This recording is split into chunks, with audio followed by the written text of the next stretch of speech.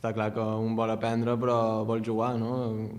I bueno, jo soc un jugador davanter o banda i on me diguin pues, intentar fer el millor possible i sumar a poc, no? per estar el més a dalt a la classificació.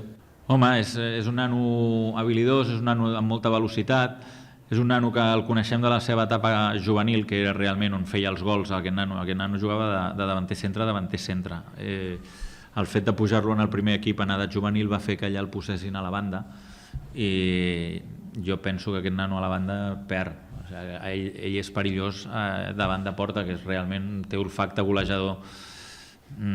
Clar, estem amb lo de sempre. Nosaltres només podíem fitxar jugadors sub-23, és un bon jugador.